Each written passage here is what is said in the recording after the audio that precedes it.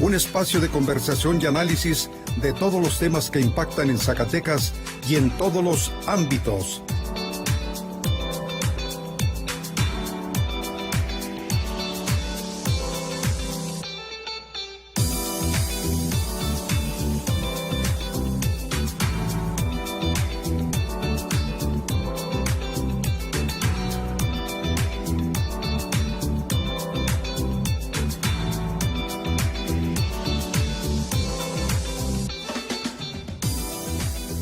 Diálogos con Silvia Montes. Bienvenida al primer programa del año 2019, Diálogos, deseándole lo mejor para este 2019, deseándole que su vida tenga todo lo que usted sueña, todo lo que usted necesita tener. Zacatecas está frente a grandes retos y por eso hoy tengo como invitado a un analista que de acuerdo a coyunturas siempre me hace el favor de venir a hacernos el análisis y el balance de cómo estamos, dónde estamos, hacia dónde debemos ir, hacia dónde vamos. Es un hombre muy preparado que conoce muy bien Zacatecas y conoce muy bien los movimientos políticos, económicos, sociales de Zacatecas. Un hombre muy preparado y muy sencillo que nos explica con esa sencillez que necesitamos todos. Por supuesto, le estoy hablando del profesor, maestro, doctor Manuel Ibarra Santos, un hombre, como reitero, muy sencillo y muy estimado en diálogos. Te queremos aquí, eres bienvenido, mi querido Manuel. Una distinción, Silvia, estar una vez más contigo y presumir que eres mi amiga y por supuesto aprovechar para desearte a ti y a tu audiencia un año pleno en salud, en éxitos, en realizaciones y ojalá a todos nos vaya bien. Oye, lo más importante es la salud. Sí, es muy importante. Porque si no tenemos salud, si no tenemos una vida, una buena vida. Ya ves lo que pasó en Puebla, caramba. Sí, una tragedia. Una tragedia brutal de una mujer que empezaba a gobernar su estado y se acaba, se trunca. O sea, lo primero que debemos de cuidar es nuestra vida, lo más que esté en nuestras manos. Y luego, bueno, yo soy muy creyente. Yo también soy hombre de fe. Esta fue una tragedia política de alto impacto. ¿Verdad, Manuel? Sí, que generó incluso niveles no solamente de enrarecimiento de la vida política nacional, sino de inestabilidad política. Cuando sucede la tragedia, compartía con algunos amigos y decía que el gran compromiso era aclarar a la brevedad posible las causales de esta tragedia, con la caída del helicóptero donde iba la gobernadora y su esposo, el coordinador de la fracción parlamentaria del PAN en el Senado de la República. Fíjate, nada más ni nada menos. Hombres muy, sobre todo él, era un hombre con una extraordinaria presencia no solamente nacional, era un hombre que había sido el gerente del tercer banco más importante en el planeta, después del Banco Mundial, del Banco Interamericano. Él había sido gerente del tercer banco más importante, es decir, un hombre vinculado a los círculos financieros mundiales. Entonces, fíjate, no es un asunto menor, ¿no? Y seguramente también eso tiene un gran peso, no solamente en el contexto nacional, sino en el internacional. Sí, sin duda la salud es muy importante. Y bueno, Manuel, en este caso, ese fue uno de los grandes, si no es que el más grande evento con el que cerramos el año, en un momento que todo el mundo estaba de fiesta, preparándose para la Navidad. Eso permitió hasta cierto punto que pasara como nota sin el peso que le estás dando tú ahorita con tus comentarios, faltó. Porque todos hicieron sus programas, por lo menos en los noticiarios nacionales, de balance, de análisis, y se fueron de vacaciones. Sí, el 2018... Vamos a entrar en materia. Fíjate que fue un año de sacudimientos traumáticos. ¡Ah, qué terrible! Sí, y pudiese haberse esperado cosas más radicales. Sin embargo, creo que la sociedad mexicana, a partir del 1 de julio, construyó un nuevo pacto social y se generó, aunque a muchos no les guste hablar en estos términos, una especie de revolución de terciopelo. los cambios fueron muy tersos. Y entonces, si vimos el 2018, en términos políticos, generó cambios radicales. En la elección de mediados de año, no solamente pierden, yo soy de los que sostienen que perdieron todos los partidos políticos. Y se salva la franquicia que pone al presidente de la República, pero la sociedad mexicana... A ver, Manuel, ¿se salva o por el contrario arrasa? No, yo creo que todos los partidos políticos fueron cuestionados. La sociedad está harta de los sistemas políticos como los que tiene este país. Sí. Son, fíjate que hay un concepto que yo lo disecciono mucho y se le llama modernidad líquida. Déjate, lo explico así rapidísimo. Sí, por favor. La modernidad líquida define la etapa donde la sociedad está confrontada con las instituciones del pasado que no le han servido. Y entonces estas instituciones del pasado que tienen no años, décadas, siglos. Y entonces dice la sociedad, esa es la democracia líquida. La democracia líquida está casada con procesos de cambio constante. Y entonces, en esa dinámica se mueven los millennials, todas las jóvenes, están cansados de un régimen no solamente nacional, sino mundial, que no responde a sus expectativas de desarrollo. Y entonces, esto pasó en el país. Dijeron, estamos cansados. Insatisfechos. Insatisfechos. Porque hay injusticia. Quizás siendo muy joven todavía no te cansas. Así es. Pero sí vives insatisfecho. Y estás escuchando a tus padres y a la gente que está hablando de cómo le va, de la violencia, que no hay empleo. O sea, fíjate que en el último año se generaron, aunque presumen de que el pasado fue el sexenio del empleo, no, claro que no. Se generaron 3 millones de empleos en el sexenio, cuando se debiesen de haber estado generando ¿cuántos millones de empleos?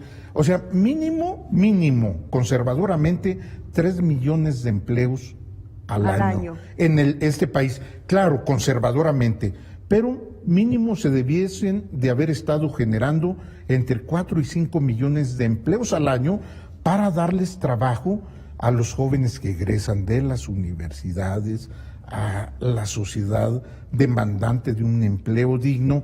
Y entonces, fíjate que no. Entonces se ha acumulado a través de los tiempos el déficit en materia de empleo para la sociedad mexicana. De eso se cansan los jóvenes. Ah, claro que sí, porque esperando la oportunidad que no llega. Por eso los jóvenes están confrontados con esa tradición de instituciones monolíticas que no les han servido. Esa es la modernidad líquida. Los jóvenes dicen, queremos cambios. Por eso hasta los jóvenes se han confrontado con una institución que muchos no le han dado importancia. Los jóvenes se han confrontado incluso con la institución familia y con la institución matrimonio.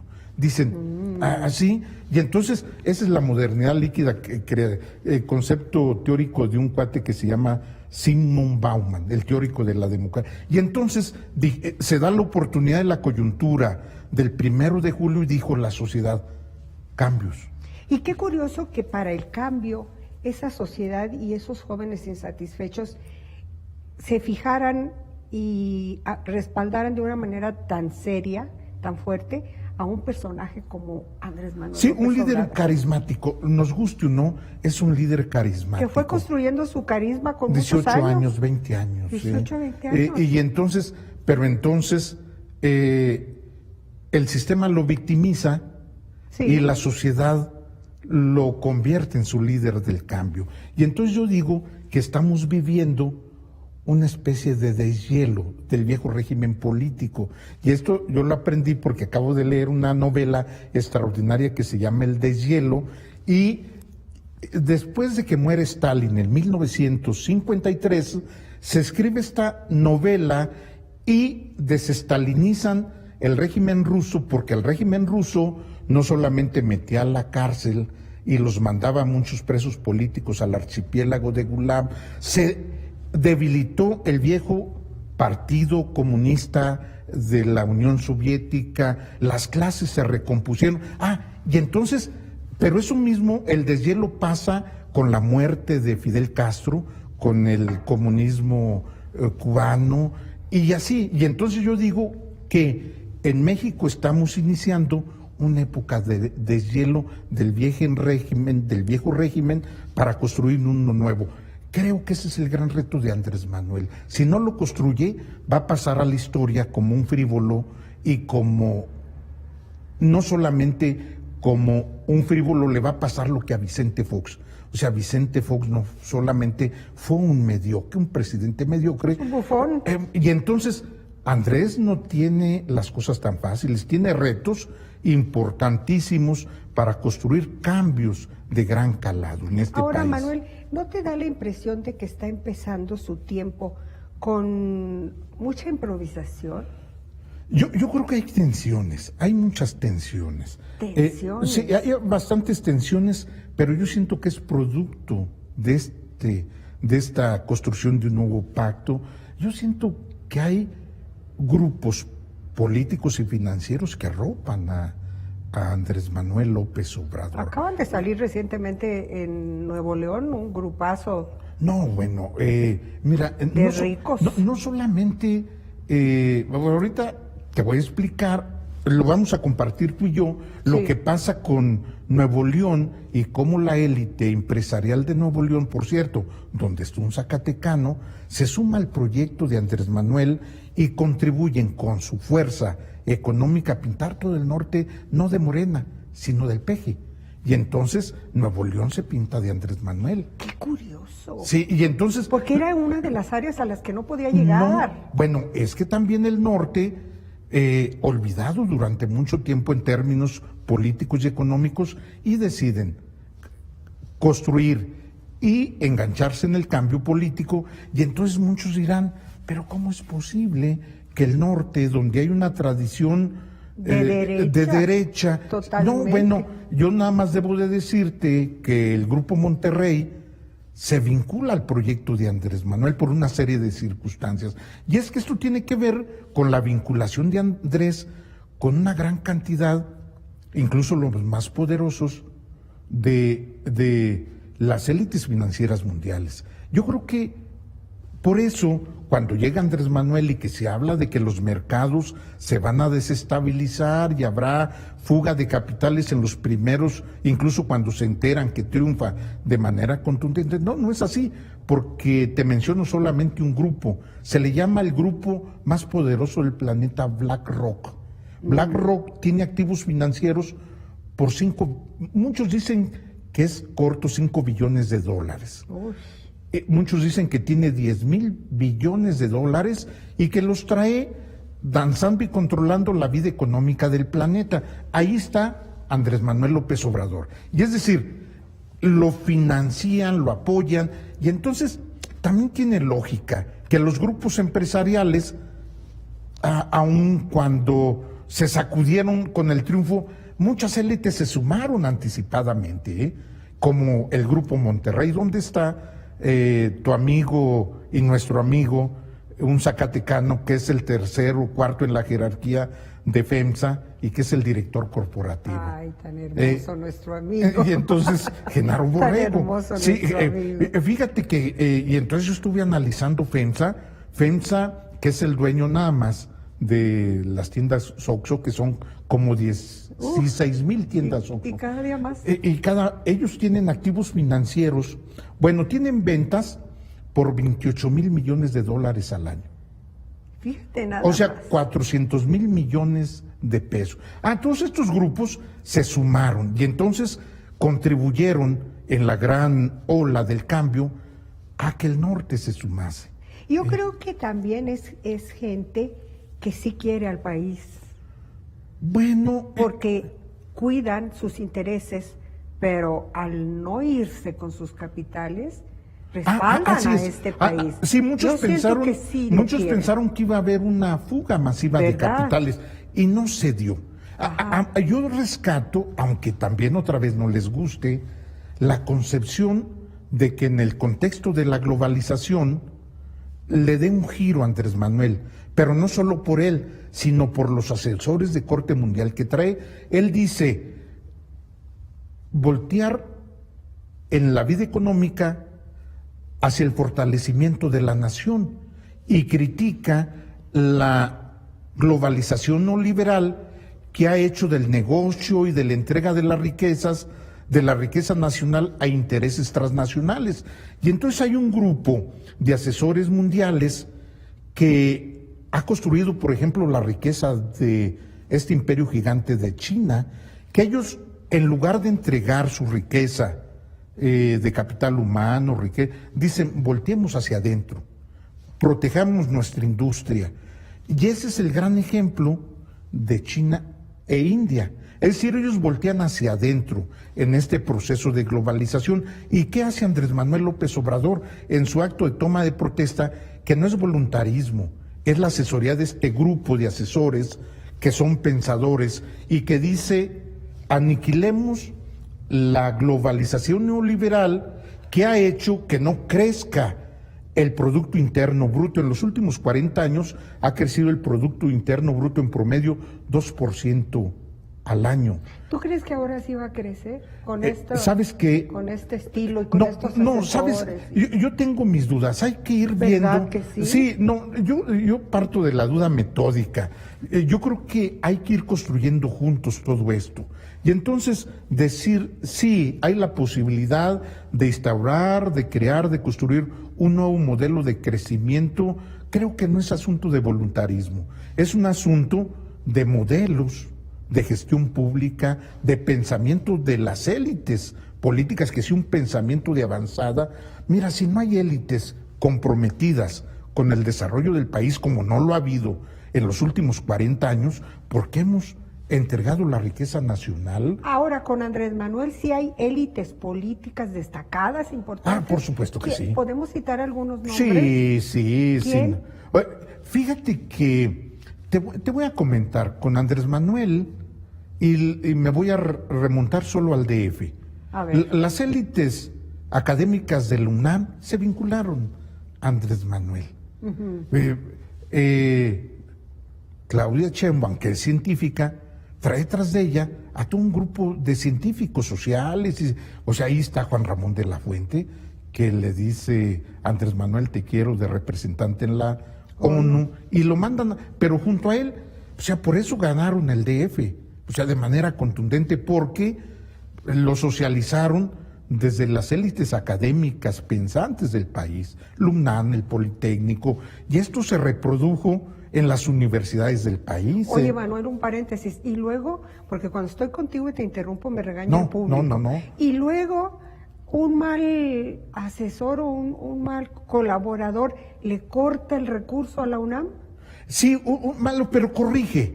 Y eso es lo bueno, pero tiene que corregir. Y entonces, eso no lo habíamos visto en un presidente. No. En la soberbia, en el ejercicio del poder del Estaba presidente. prohibido. Sí, corregir. Entonces, eso te habla de que está dispuesto a corregir. O sea, no solamente dice, les regresan recursos. Por cierto, a mí me parece, acabo de revisar las cifras para educación y me parece que nos quedamos cortos.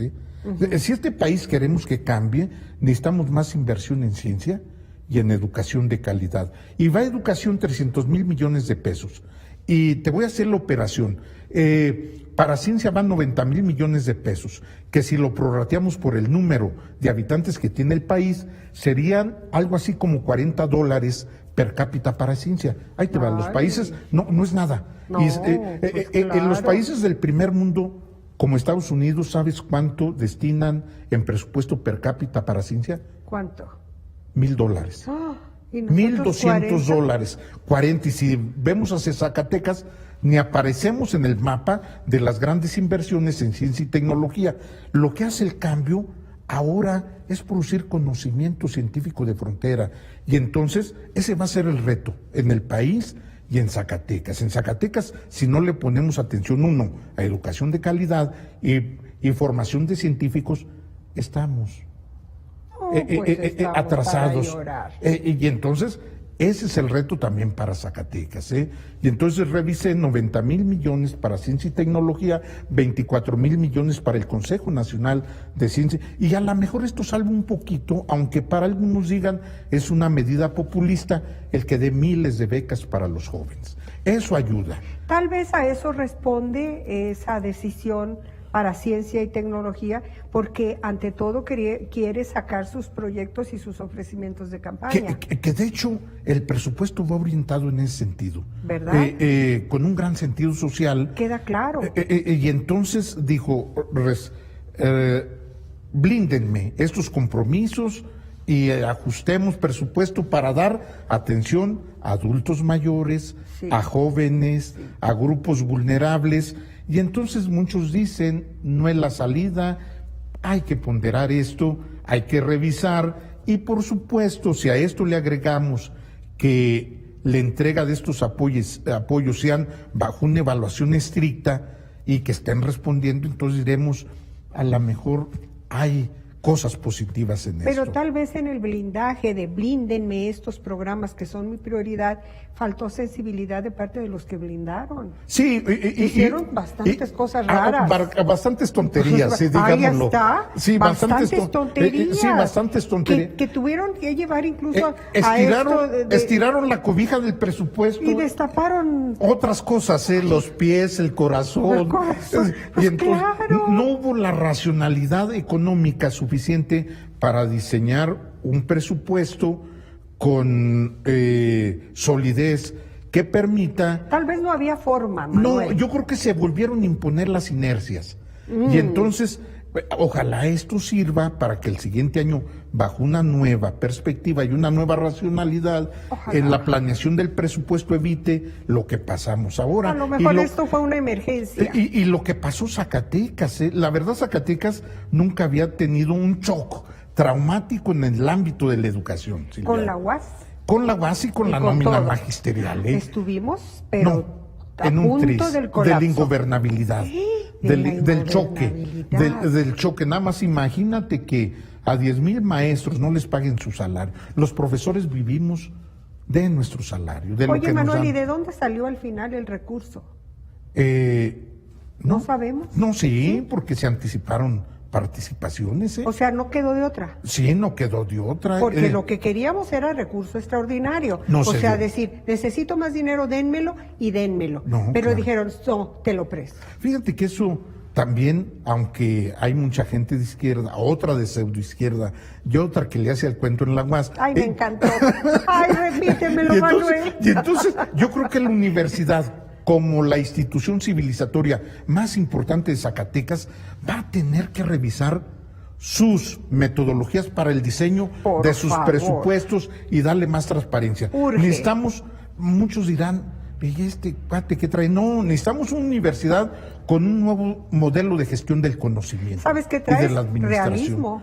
Claro. O sea, eso es lo que traes, Oye, porque tú hubo no un- tienes interés alguno Oye, hubo un como rector, otros hubo un universitarios. rector que por voluntarismo propio dijo, demos miles de nuevas plazas sin tener el soporte financiero, ¿eh? Pero ¿cómo se les Y ocurre? entonces se arma realista, ¿verdad? Sí, sí, Y yo- eso es muy importante. Y entonces, oye, vivimos cambios sin duda en el país. En eso estábamos. Sí, vivimos sin duda. Muchos creo que no los estamos dimensionando. Es que es muy pronto, Sí, Manuel. yo digo que estamos en esta época del deshielo.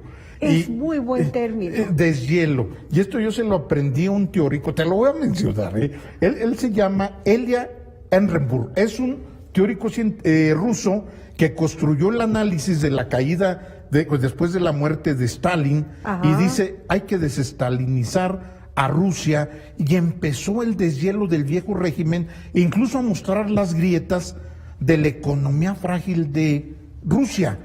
Y llega Nikita Khrushchev y abre, y revisan, y dicen, la economía rusa no está tan sólida como decíamos. Y algo similar, después de que se cae la Rusia socialista en 89, 90, que descobijan a Cuba, ¿verdad? Sí. Y empezó la gran tragedia del hambre en Cuba, ¿verdad? Claro. Y entonces no previeron, y entonces así como el deshielo pasó en Rusia, en Cuba, en Estados Unidos, en la Unión Europea, eso es lo que está iniciando hoy en el país, cambios que necesitamos de racionalizar para conducirlos con objetividad. ¿Y qué hacer como sociedad para enfrentarnos al deshielo? ¿Y cómo nos deshielamos nosotros mismos? También porque nosotros hemos estado en el deshielo desde hace mucho. Sí, y sabes, nos faltan muchas cosas. ¿Y sabes quién lo traen muy claro?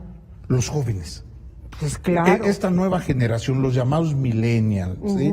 Que ellos, por el impacto, como toda la sociedad, por el impacto de la avasallante revolución científica y tecnológica, están viendo que los cambios son no a diario, son a cada segundo.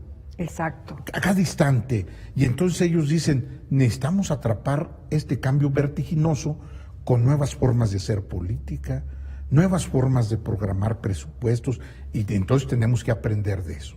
Pero yo cuando te escucho decir eso y pienso en eso, me doy cuenta de que el reto es muy grande, y me pregunto si están a la altura del reto Andrés Manuel López Obrador y todos sus asesores y sus colaboradores, porque luego ves a cada personaje ahí haciendo y diciendo y gritando en las cámaras de diputados, de senadores, gente que no evolucionó, que son corrientes, que son... Así es. O sea, y ellos van a responder a esa altísima expectativa. Fíjate que el gran reto del partido gobernante, el que emerge como una nueva fuerza, incluso en todo el país, luego vamos a ver las cifras de Zacatecas, el voto en Zacatecas fue impresionante. Ahorita vamos a hablar de Zacatecas. Cuando lleguemos a la mitad del programa, vamos a Zacatecas. Y fíjate que es cierto, creo que este partido emergente tendrá, bueno, yo digo que no es un partido todavía, es una amalgama de tribus. Sí.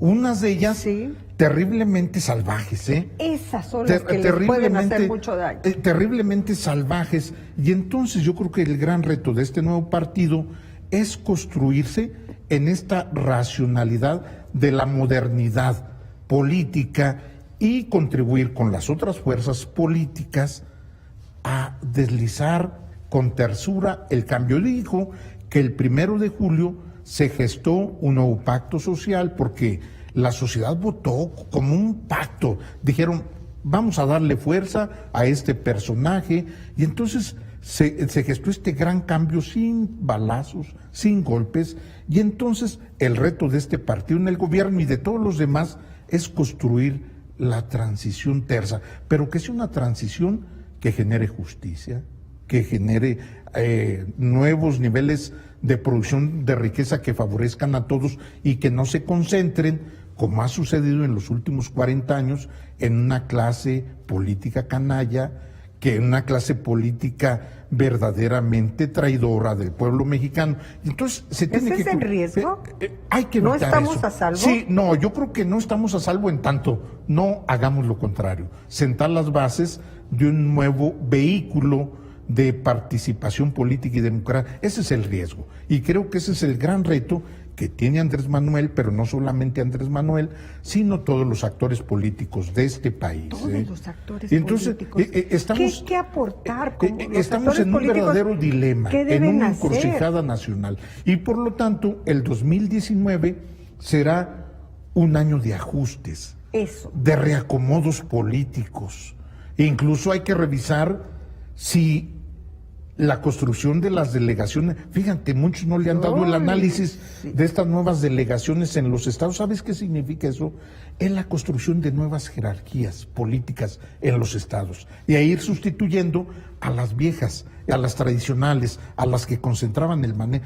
Entonces, pero a la vez concentra el manejo de programas y de recursos. Pero ahí te va, por eso será muy importante revisar cómo se construyen las delegaciones en Zacatecas. Yo soy de los que piensan... A ver, Manuel, vamos a entrar a Zacatecas. ¿Entramos por ahí, por la construcción de las delegaciones, y luego le seguimos por otros interesantes temas de Zacatecas?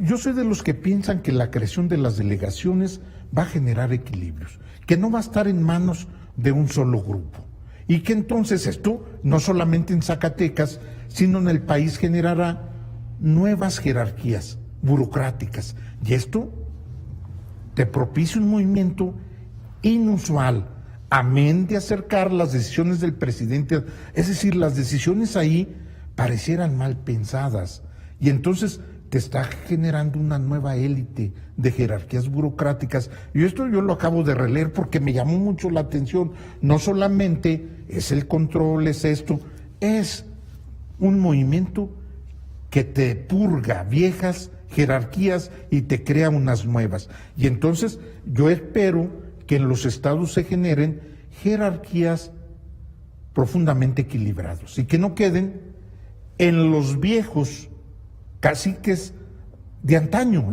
en ninguno de los estados. Y oye, estoy siendo muy rudo, ¿sí me entiendes? Sí, yo por eso dije... Sí, me entiendes. Entonces que genere equilibrios, que mueva la estructura. Esto oxigena todo. Que mueva, y entonces por eso yo espero que no quede en manos de unos. Esto hasta por bien de Andrés Manuel. A ver, hablemos de Zacatecas. Sí. ¿En manos de quién está? Mira, yo te voy a decir una anécdota, te voy a contar una anécdota de una persona que está desempleada, sin dar nombres. Sí. Solo voy a dar un nombre.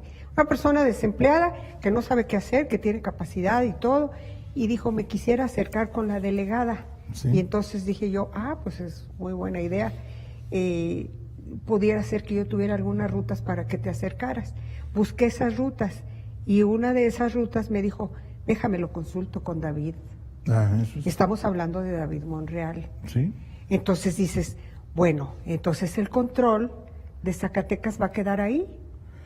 Planteemos a partir de la nueva estructura de delegaciones una nueva estructura de la administración pública que no concentre en viejos caciques y caudillos. Te lo estoy diciendo todo, ¿sí me entiendes?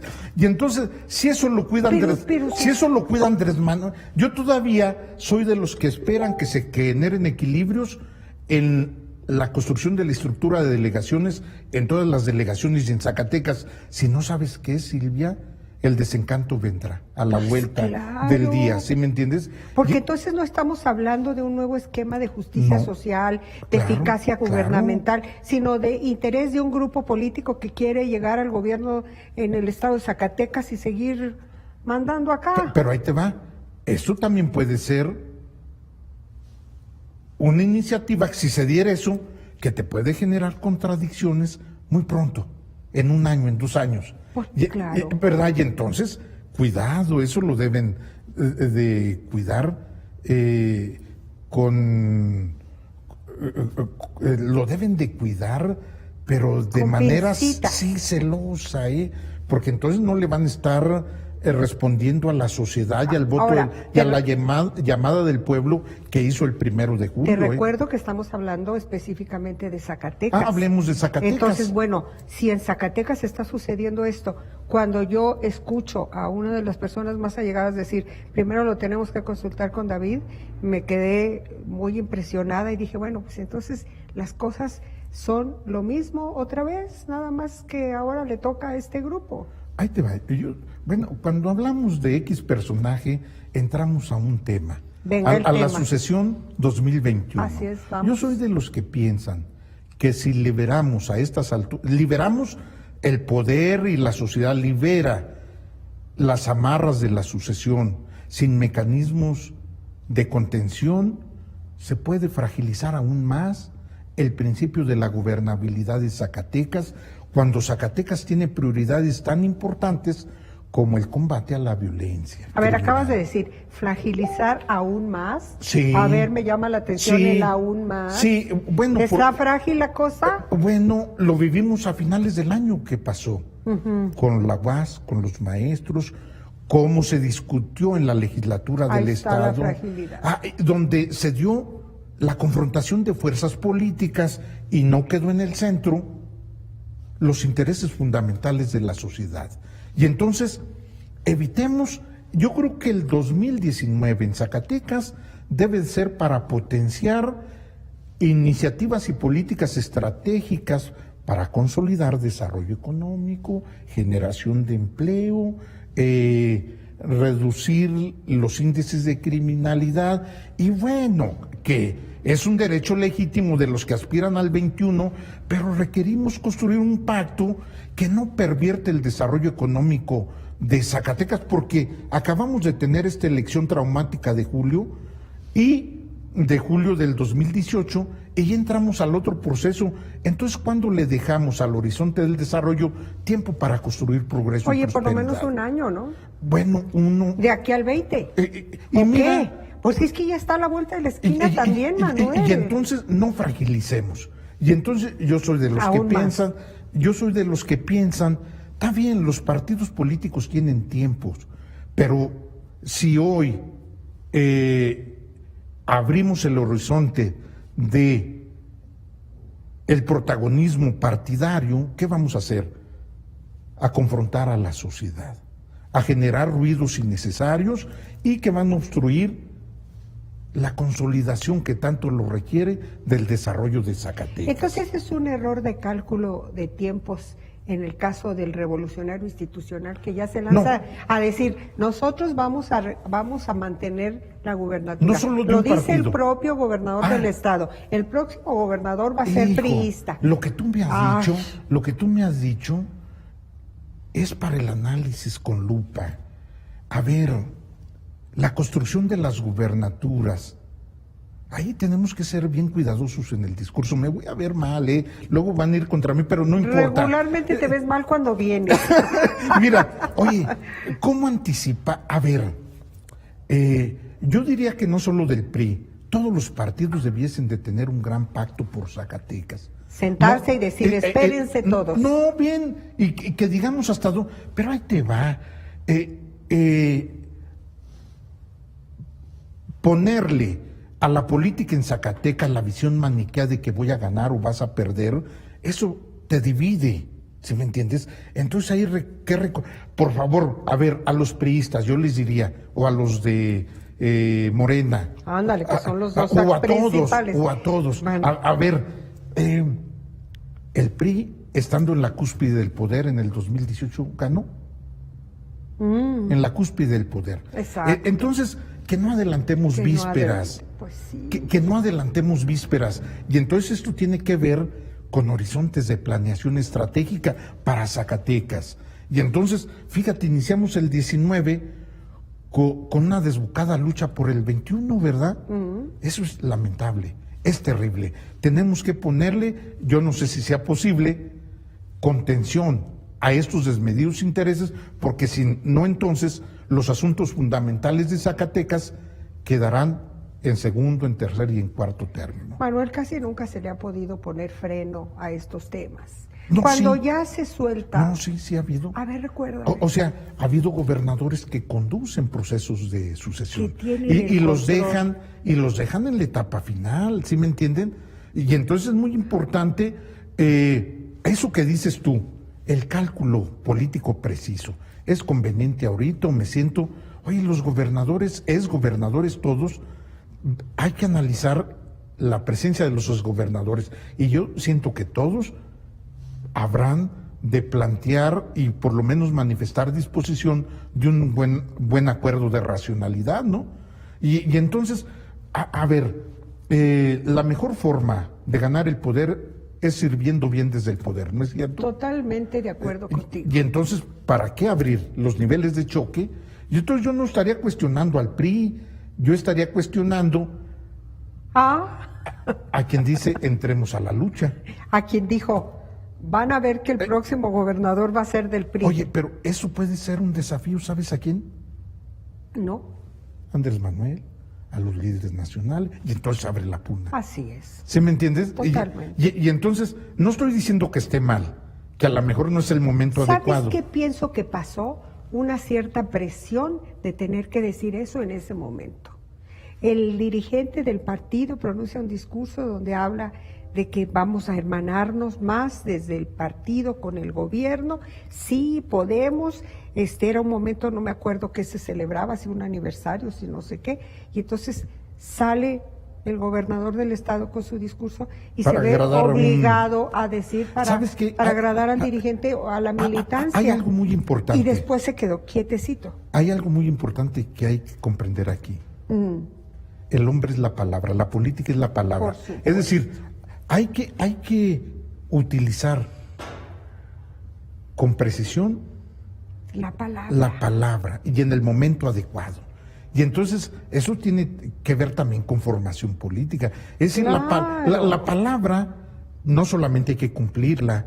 O sea, creo que Andrés Manuel, la mejor forma de cumplir la gente es que el que cumpla con su palabra. Si no lo hace, la sociedad se está volcando a darle el voto de castigo, ¿verdad? Pero como le pasó al PAN, claro, en los 12 años de gobierno federal, yo ¿verdad? creo que nunca como ahora la sociedad está a esa expectativa, o sea, decir, a ver, no, si no nos cumplen, ahora nos vamos, no le hace que sea con el peor, pero también va a haber castigo. Sí, así es. Por eso estamos en un enorme dilema. ¿Cuáles son las perspectivas para México y Zacatecas en el 2019? Venga, de allá hiciste la pregunta. ¿Cuáles son, Silvia? Me parece que el país Zacatecas están mediados por una paradoja profunda. Primero, el optimismo del inicio de un nuevo gobierno, que ha generado esperanzas. Pero tenemos por otra parte los datos duros que nos aporta el Banco de México, que dice que tendremos un crecimiento muy limitado, que puede ser no más allá del 2%. Y si es el 2% del Producto Interno Bruto, no habrá capacidad para generar los empleos necesarios. Vamos a tener un dólar caro, que se puede ir por encima de los 20 pesos. Vamos a tener una inflación que puede superar los promedios tradicionales. Este año la inflación terminó en el 3.40%. Muchos dicen que puede este año la inflación ir al 3.50, 3.55. Y entonces será un año económicamente difícil. Ese es el reto para todos, para el gobierno de la República y para el gobierno del Estado. En Zacatecas, ¿qué tenemos que hacer? Bueno, tampoco soy yo quien debe dar consejos, pero es mi análisis. Por favor, es tu análisis, a eso veniste. ¿Qué tenemos que hacer, Manuel? Yo creo que para que nos vaya bien, requerimos privilegiar el principio de la gobernabilidad. Y esto implica varias cosas. Construir unidad en la pluralidad.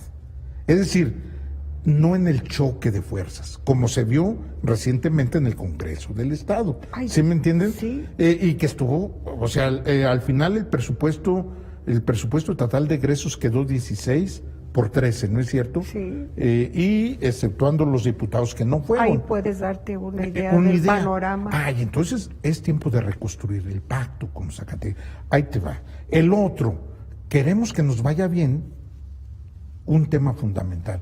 Hay que reconstruir los niveles de comunicación política y de gestión con el gobierno de la República. Así es. Sí, para que digan, pues hay este nivel, hay estos proyectos, ya hay que ayudar a Zacatecas. Claro. Que esta posición no se vio en diciembre, de ayudar a Zacatecas. Sorpresivamente, sí, porque esperábamos que sí. Entonces, Yo tuve al gobernador unos días antes de que se tratara de hacer la gestión y estaba confiado, Manuel. Sí. Y nada, se vinieron las cosas durísimas. Bueno, entonces es urgente reconstruir comunicación y niveles de gestión con el gobierno de la República. Con toda eficacia. Si los canales que se tuvieron en diciembre no resultaron, hay que buscar otro. Hay que buscar.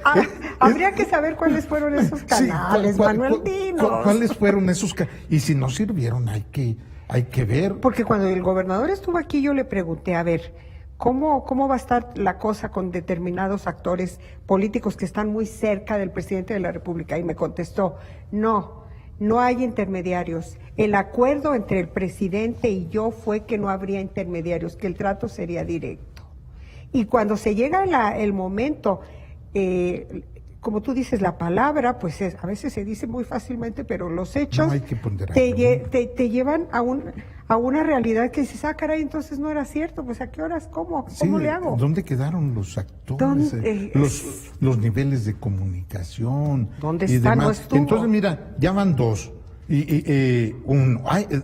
Tres.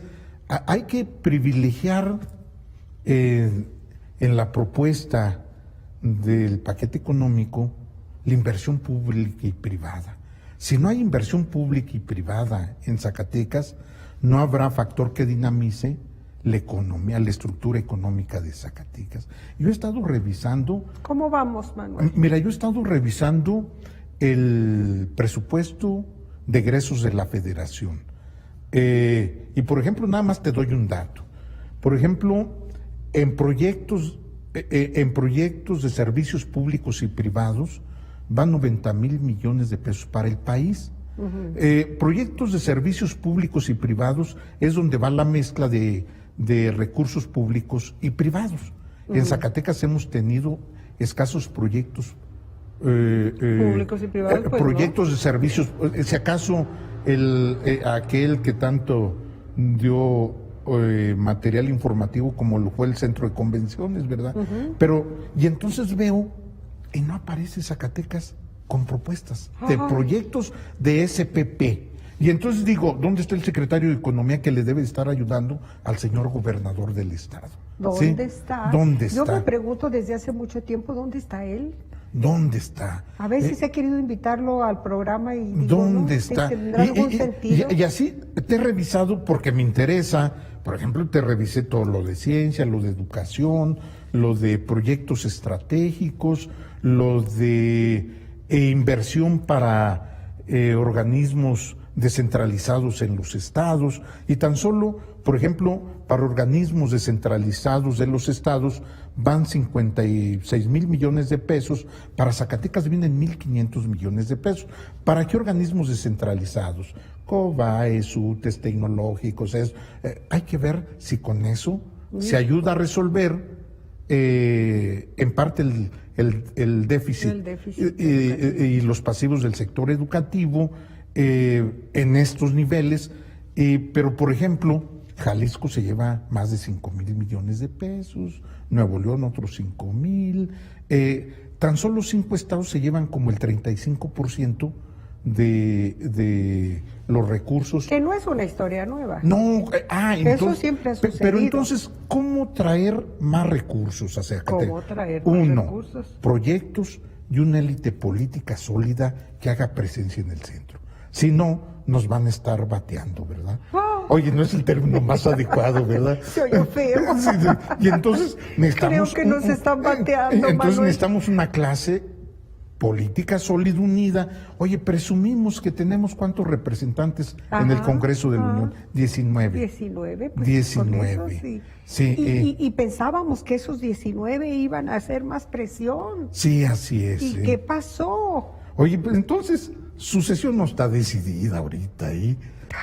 Entonces hay muchos actores, yo no veo uno solamente, entonces hay que construir con prudencia. Mira, ¿ves? No quieres hablar del tema y de todas maneras me das la curiosidad. Oye, no veo uno solamente, no, a ver, vamos a futurear. Yo veo varios, yo veo varios, Dímelos, no, Manuel. yo veo varios, ¿En dónde están? No, yo los veo, para mí no hay ismos en la sucesión, es decir, determinismos.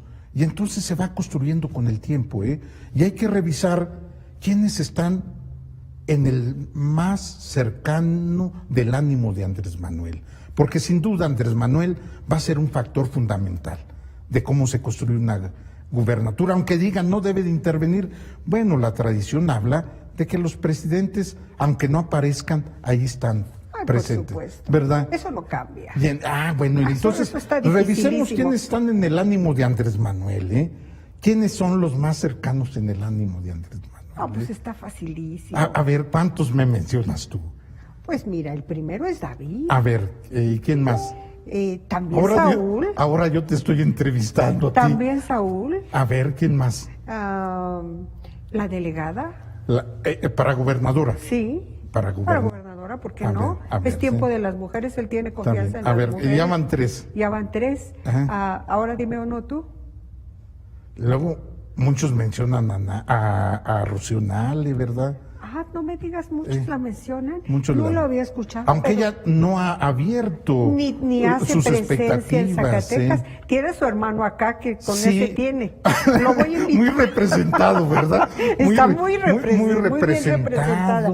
Pero yo creo que no pasa de ahí para el ánimo de Andrés Manuel. Oye, y yo veo a otro hombre ¿Quién? también en el ánimo. Me vas a decir, no es cierto, sí es cierto. A José Narro, fíjate. Sí. ¿Eh? Estoy de acuerdo contigo. O sea, Sí. José Narro. Tienes toda la razón, se me estaba olvidando el No, tigre. José Narro es un hombre, me voy a ver mal, con igual presencia que la familia Monreal en el ánimo Sí, de Andrés sí. Manuel. ¿eh? Sí. Así, Totalmente. te voy a dar un dato, y a lo mejor eso no se olvida. Cuando se le enferma la esposa Andrés Manuel, la que lamentablemente fue. se muere, antes de eso hubo un hombre que le habla al comandante de la Revolución Cubana, porque sí tenía relación, y le dice, atiéndala, ayúdenos a atenderla. Ay, mira. Y se van Andrés y su esposa. Y ese es José Narro. Ese es José Narro. No, pues esas cosas pesan. ¿O no pesan? Uy, y más para Andrés que piensa tanto en el amor. Bueno, por eso te digo que Sería un buen gobernador.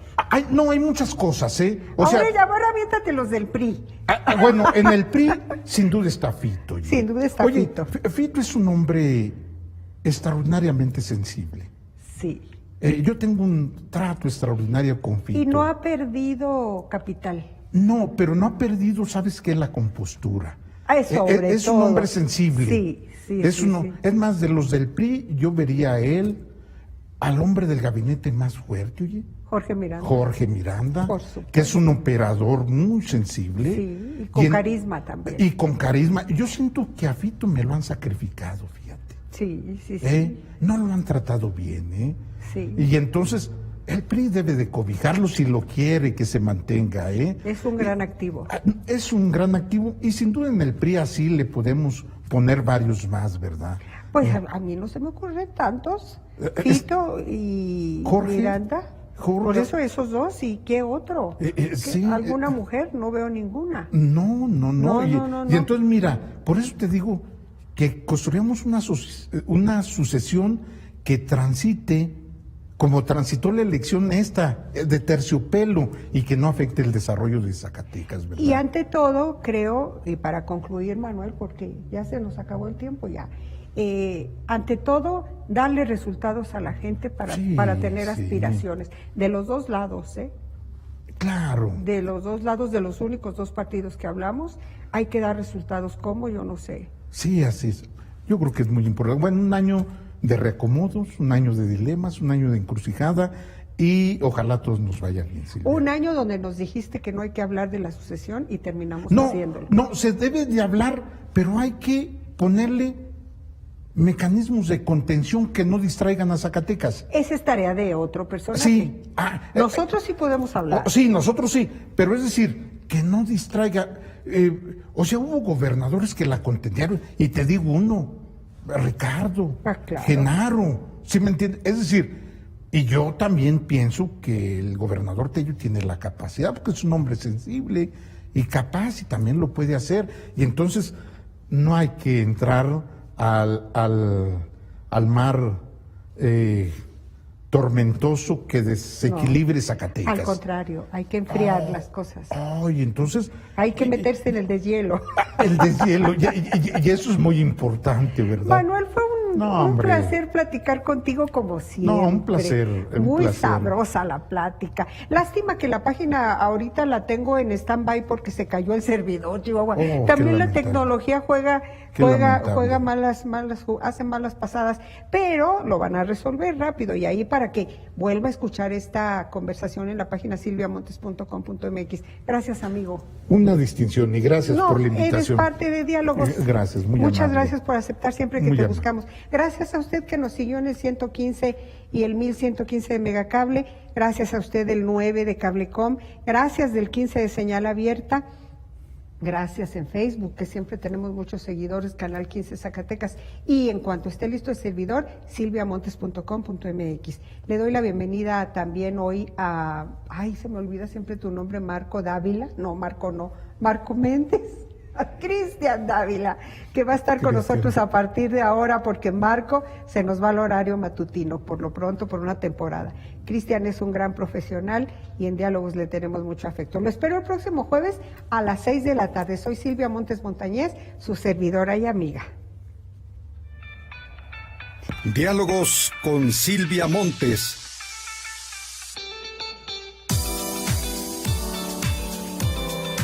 Un espacio de conversación y análisis de todos los temas que impactan en Zacatecas y en todos los ámbitos.